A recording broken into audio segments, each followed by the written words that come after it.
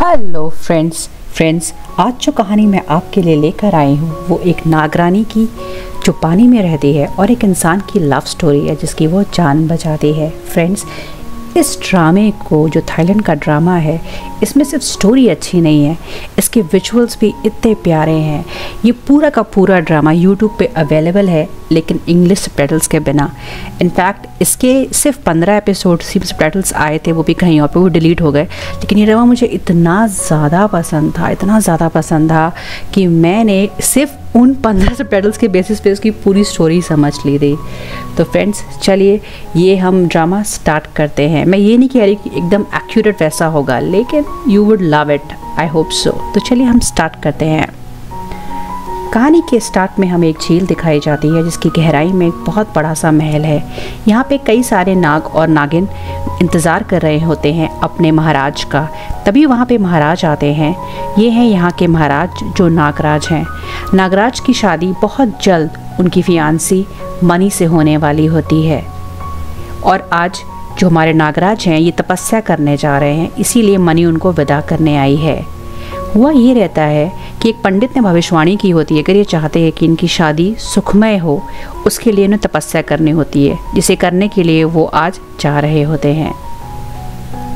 यहाँ हमें आगे दिखाया जाता है जो हमारी मनी है ये थोड़ी सी चंचल सी हैं, तो ये शाम के समय झील की तरफ घूमने जाना चाहती हैं और चुपके से जाती भी हैं, क्योंकि मैं को यहाँ बता दूँ कि नाग और नागिनों को मना है झील के ऊपर जाना।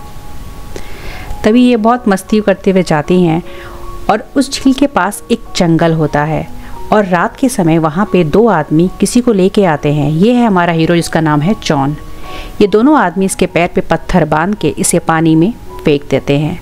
जो हमारी नागरानी है ये इन्हें देख लेती हैं और इसे बचाने के लिए आगे बढ़ती हैं और उसे बाहर लेकर आती हैं।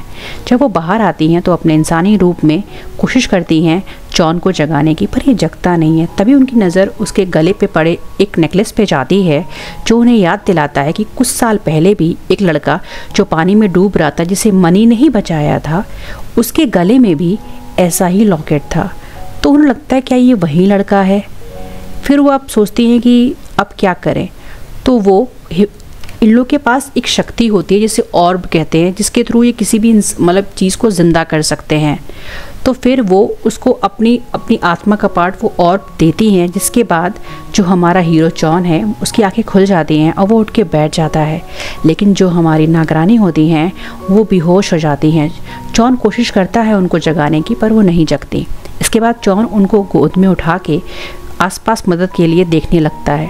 तभी वहाँ पे एक गाड़ी आती है। उस गाड़ी में हमारे जो हीरो है जॉन, उसका दोस्त ताई उतरता है और उस पर बहुत गुस्साता है कि तुम कहाँ थे, मैं तुम्हें तब से खोज रहा था, तुम कहाँ थे, तुम्हारी जान खतरे में रहती, तुम कहाँ घूमते रहते हो। फिर वो आगे उसकी बात नहीं सुनता, आगे ये भी पूछ लेता है कि ये लड़की तुम्हारे साथ क्या, तुम्हारी बाहों में क्या कर रही थी, ये क्या है, ये कौन है ये। तो वो कहता है देखो मैं तुम्हें सब बताऊंगा, पर अभी चलो इसे हमें हॉस्पिटल ले जाना है।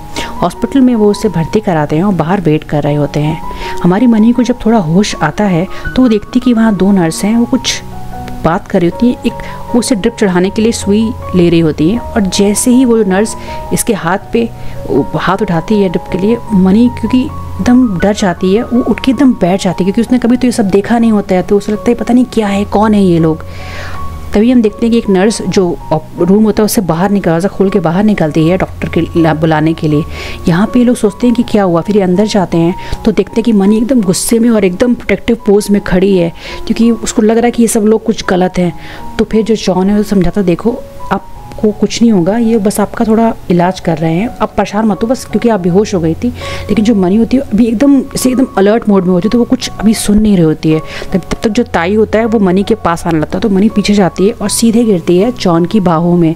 उसके बाद जब वो जॉन को पास से देखती है तो उसको याद आता है ये वही लड़का है। फिर उससे पूछती है कि आप ठीक हो। तो वो कहता है कि हाँ मैं ठीक हूँ। और तभी वहाँ डॉक्टर आता है और डॉक्टर इनसे कहता है कि हमें बस कुछ टेस्ट करने हैं और कुछ नहीं, ये ठीक ही हैं। तो जो फिर वो जाता है टेस्ट की तैयारी करी, लेकिन जो मनी होती है वो बहुत ध्यान से सब देख रही होती है और वो आराम से जॉन की मतलब पकड़ी होती है, पर वो देख रही होती है ध्यान से। तभी जो जॉन है बहुत प्यार से उसके चेहरे को अपनी तरफ करता है और फिर उसे समझाते हुए कहता है कि आप घबराइए मत, कोई भी आपके साथ कुछ गलत नहीं करेगा, आप बेहोश हो गई थी इसलिए बस वो देख रहे हैं और कोई बात नहीं है।